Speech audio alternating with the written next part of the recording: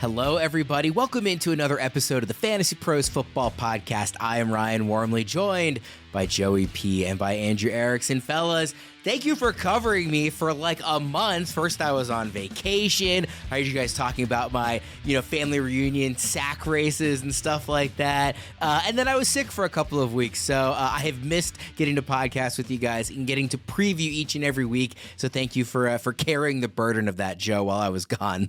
Well, I thought it was just that the Ravens had a bye week, so you just figured you got one too. I thought that was kind of weird. Worm is back on the show when the Ravens are playing a significant game. Isn't that weird? Really I noticed that too today, Andrew. Funny how the timing of that worked out. I was listening to the shows. I was trying to follow along with how you guys were doing on your predictions each and every week. Some pretty good ones last week heading into Super Wildcard Weekend. Quick recap here. Erickson nailed the Texans winning in Stroud's first playoff game. The Dolphins flaming out in KC. Green Bay and Dallas total over 50. The Packers almost hit that by themselves. Erickson, you just barely missed on George Pickens over 50 and a half if anyone had actually bet on that prop when they had the chance to, it was not at 50. Like, that number got destroyed because of all the weather concerns that got back up because they changed the weather. So if it was at 50, that was the highest number you could have found. So I'm sorry. When you found a lower number, sounds like excuses to me, but okay. Yeah, that's what I'm hearing too. And of course, you were not correct about the Eagles winning ugly. They lost ugly. That was a bad performance by them. Yes. So you were half right. Joe gave us Flacco over 300 passing yards. Joe, you barely missed on Rashee Rice. You had 9 catches, 100 yards, and a touchdown. He had 8 catches, but he did everything else. So you were right idea, just not quite, couldn't stick the landing.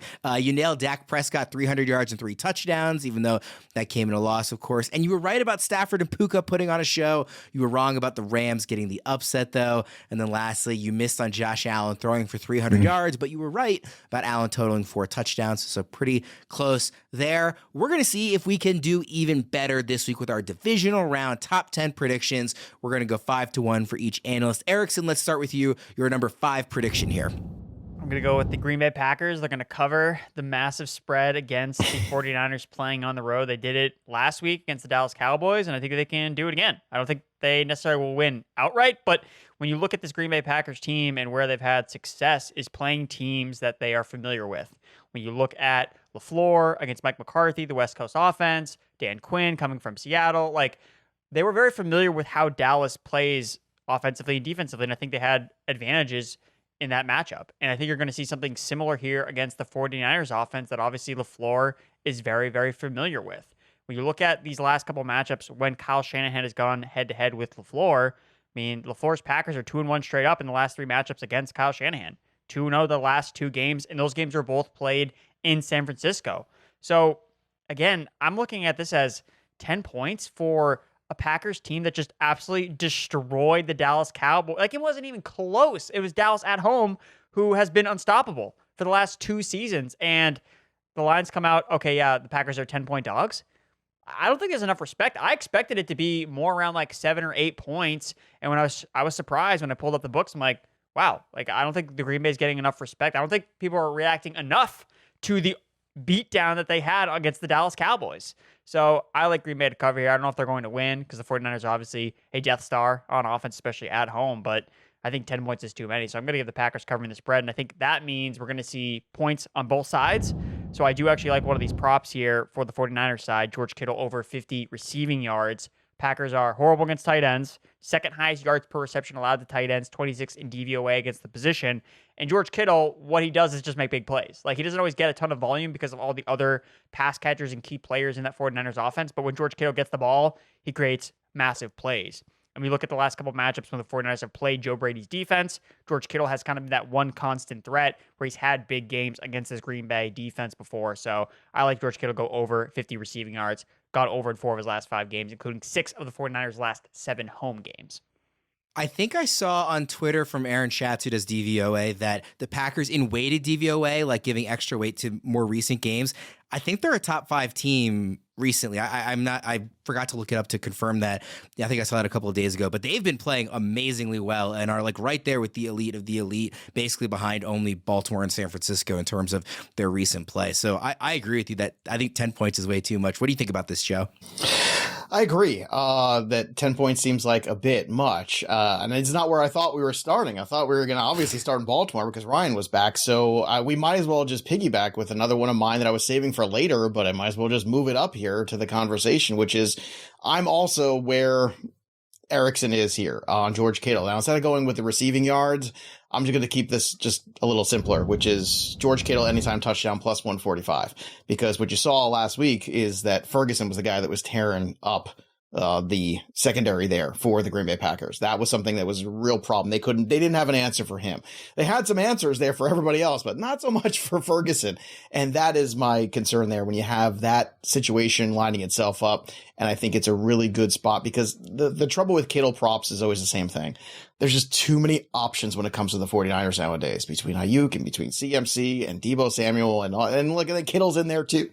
So at the end of the day, I think that the touchdown is very viable, but I'm staying away from the yardage. I'm staying away from the receptions props too, because I just think they're too volatile and they're too tough to nail down. So if I'm going to start somewhere in this game, I will agree with Erickson. Kittle's a really good place to start, but instead I'm going to go for the touchdown and take that plus money.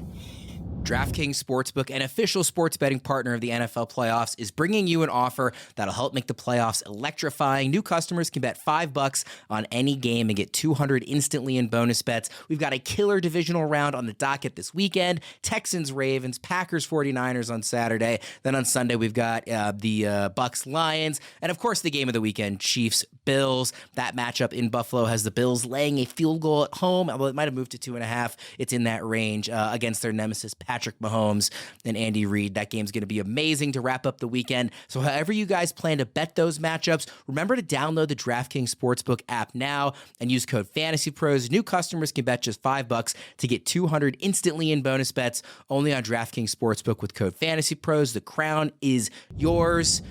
Yes, Joe, I think we were supposed to start with Ravens, Texans, but I think you guys both have second predictions in the Packers 49ers game. So let's stick with that game and wrap that up before we get back to that Baltimore Texans matchup. Erickson, what's your next prediction in the Packers 49ers game?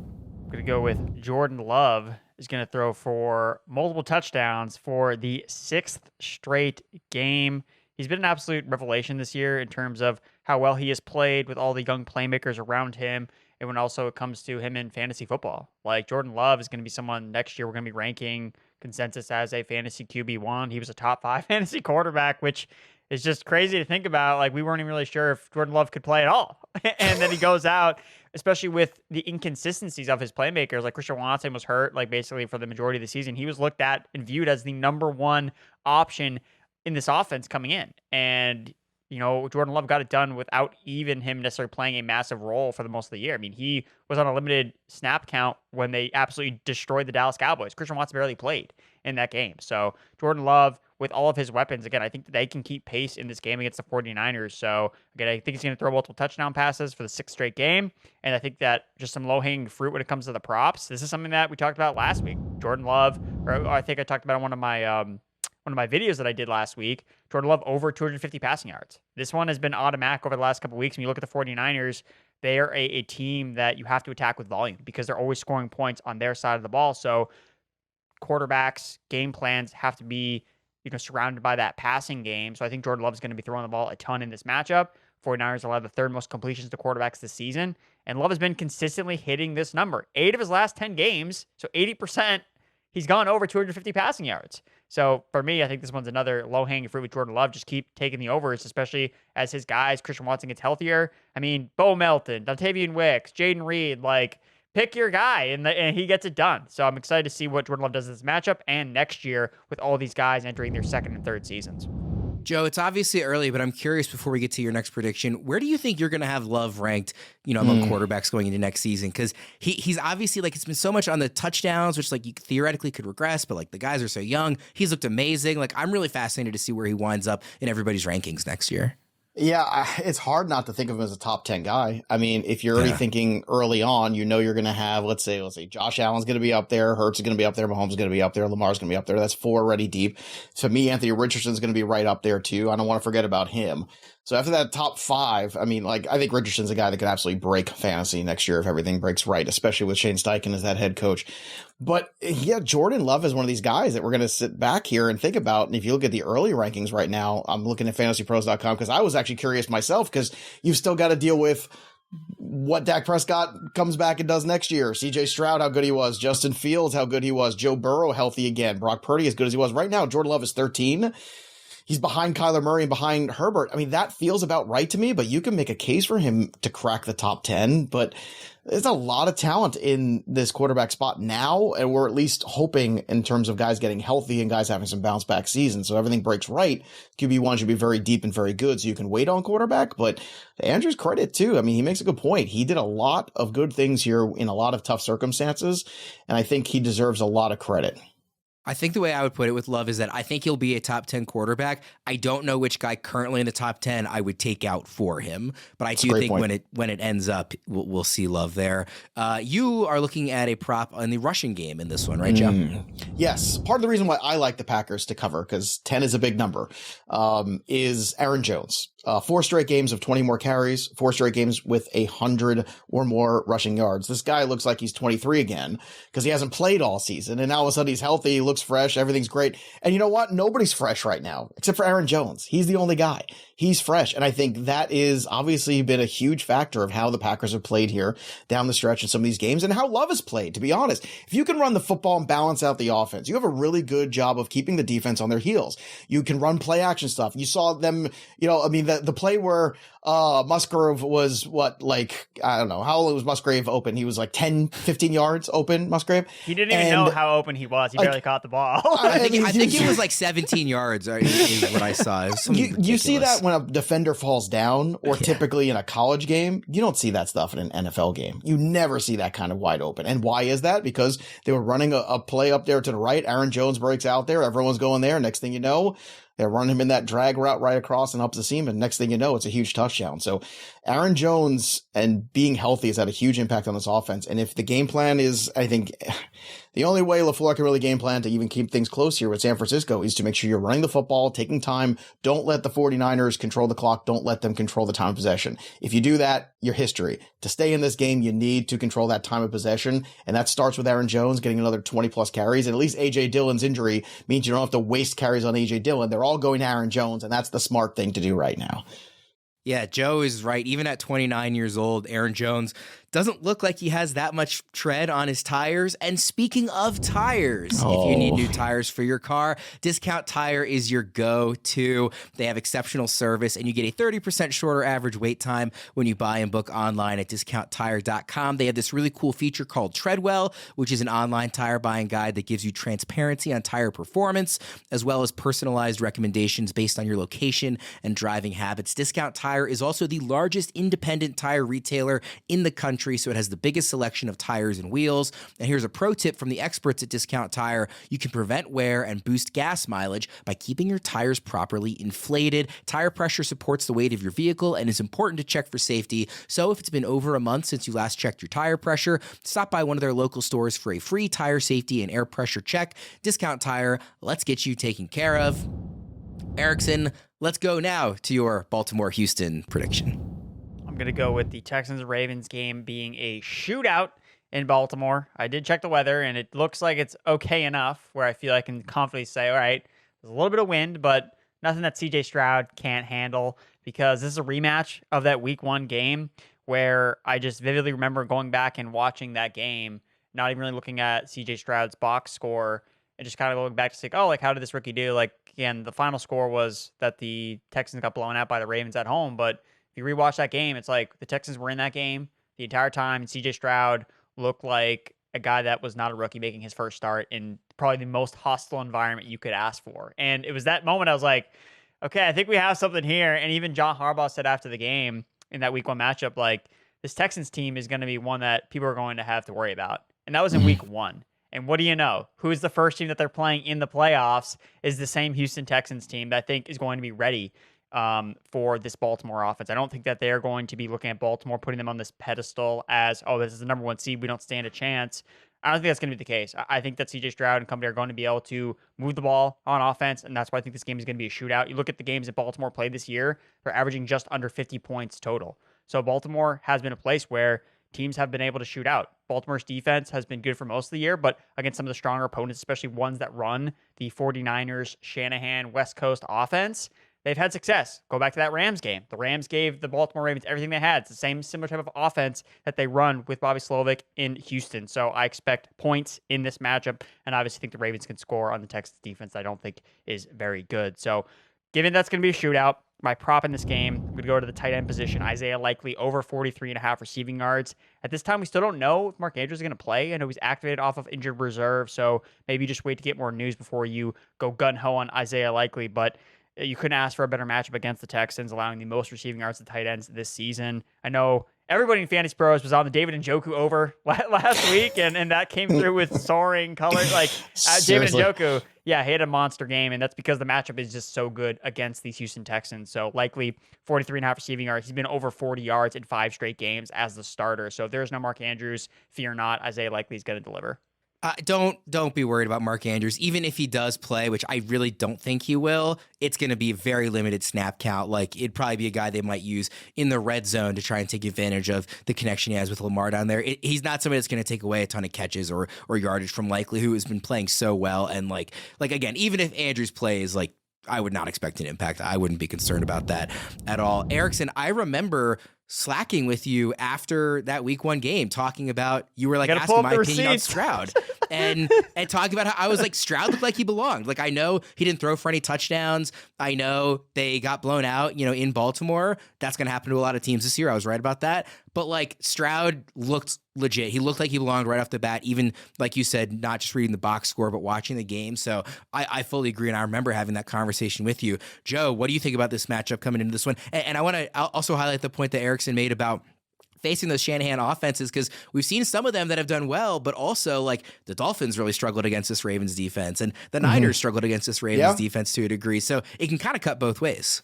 It can. And just, we need to pause and just realize how amazing it's been that the Houston Texans have done what they've done here.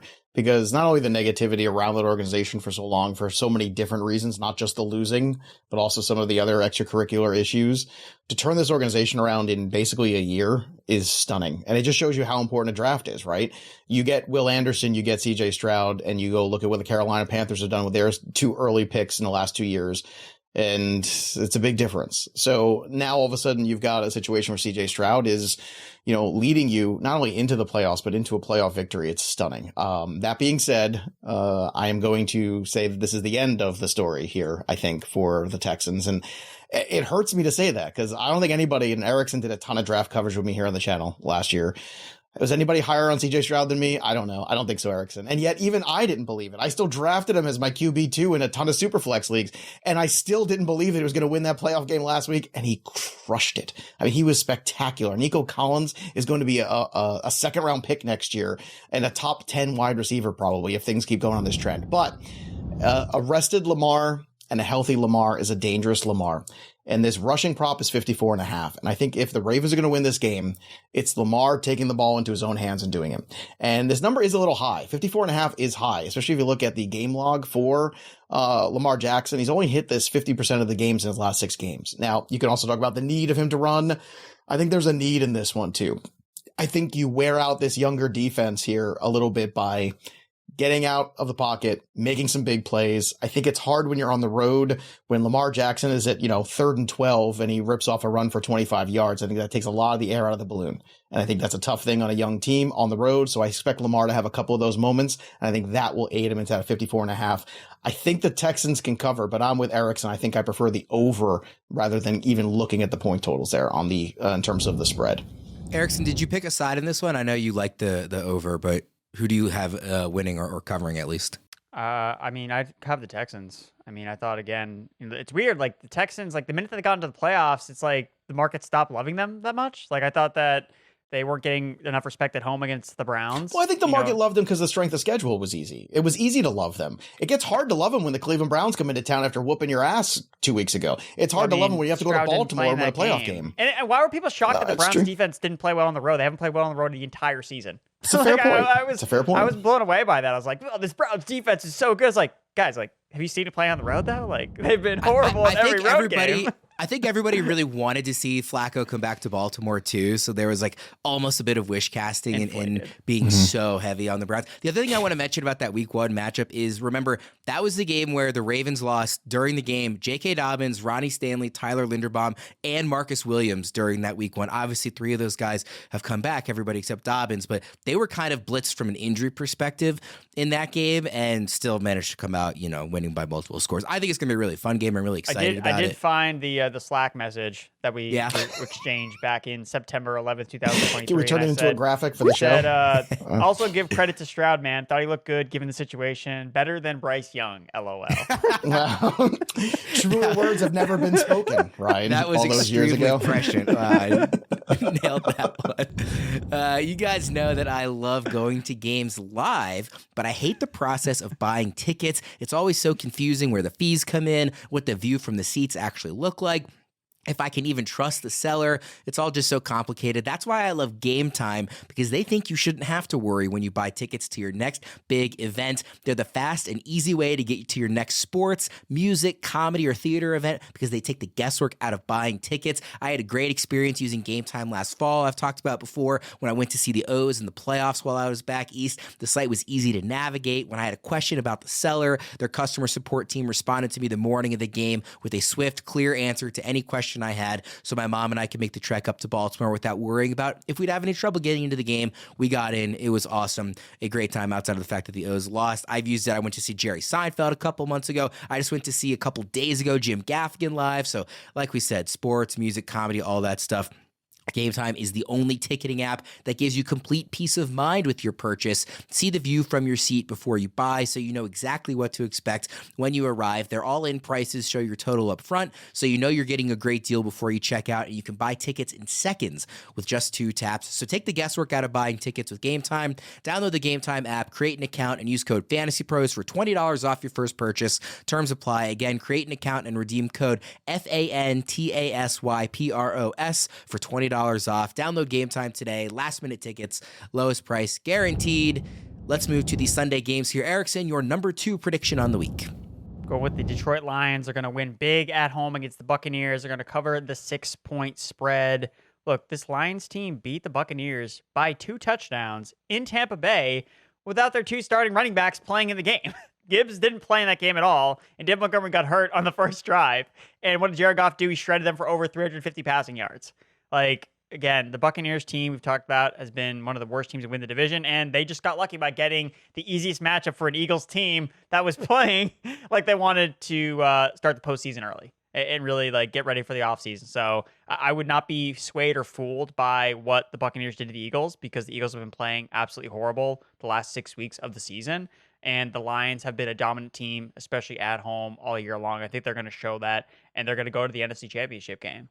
And they're going to take on either the 49ers or, who knows, maybe host the Green Bay Packers in round 3. So I think that'd be crazy to see. But I think the Lions are going to get it done, and they're going to be in the NFC Championship game. So I think that's going to happen. And then my prop in this particular matchup is just continue to trust in the Sun God.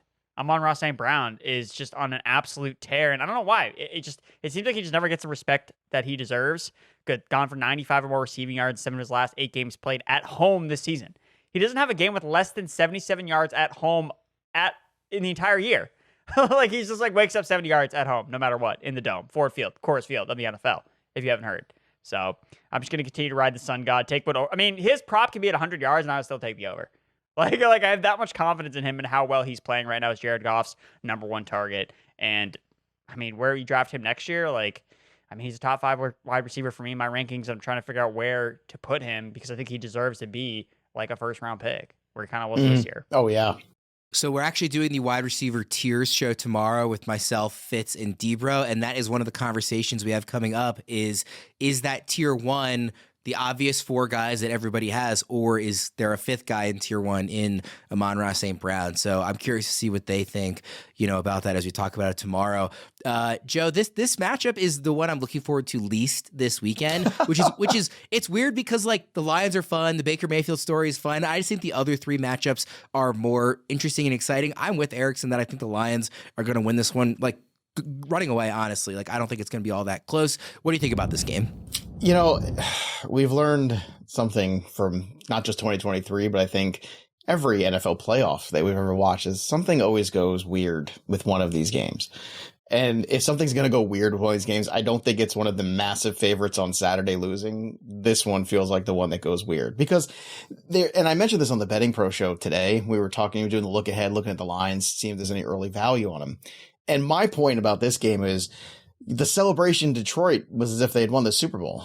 I mean, you see the GM in the elevator screaming and pumped up, and that's great. Like, it is a great story. It is a feel-good story. We're all happy for the Lions. I'm happy for the Lions. I'm coaching the Lions in flag football right now on my daughter's 12U team. So we're excited for the Lions, but you didn't do anything yet. You just won a playoff game. And I think that that is a little bit of a dangerous situation where you have all that emotion, all that stuff wrapped up into this game, wrapped up in that narrative game against the Rams, coming back, you know, against Goff and that Goff and Stafford narrative and all that fun stuff that was going on there. Eminem's writing raps about it. All kinds of things are happening. But at the end of the day, now you got to pump the air up in the balloon again. And now you got to go play the Bucs, who have nothing to lose because they're not supposed to be there in the first place. It makes them very dangerous. If any game goes sideways, this is the one. Now, I think the Lions find a way to sneak their way through it, but get ready. I think this one is the one to keep an eye on. It might not be the least interesting to watch at the end of the day. It might be the most interesting when all is said and done. But that being said, regardless of win or lose, I do think Amon-Ra St. Brown is the way to go. I got to the show sheet before Erickson, just so everybody knows, but still he stole all my props.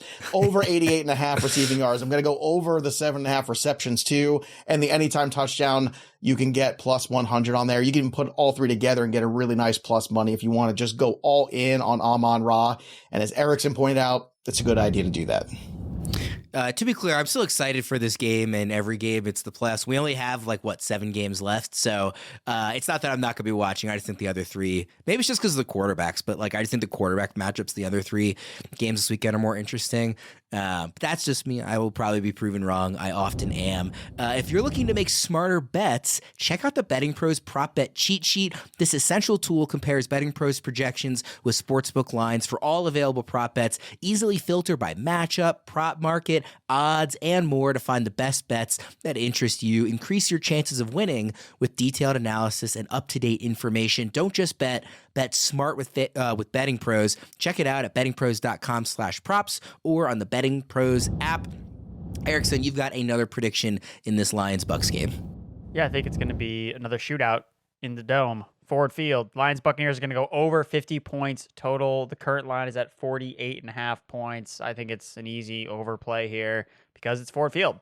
Last 18 home games for the Lions, the average total has been 54.5 points.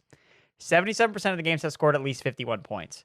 14 of the last 18 games at home, the Lions have gone over 51 points. Again, the Lions defense can't stop anybody. The Buccaneers defense can't stop anybody that's good.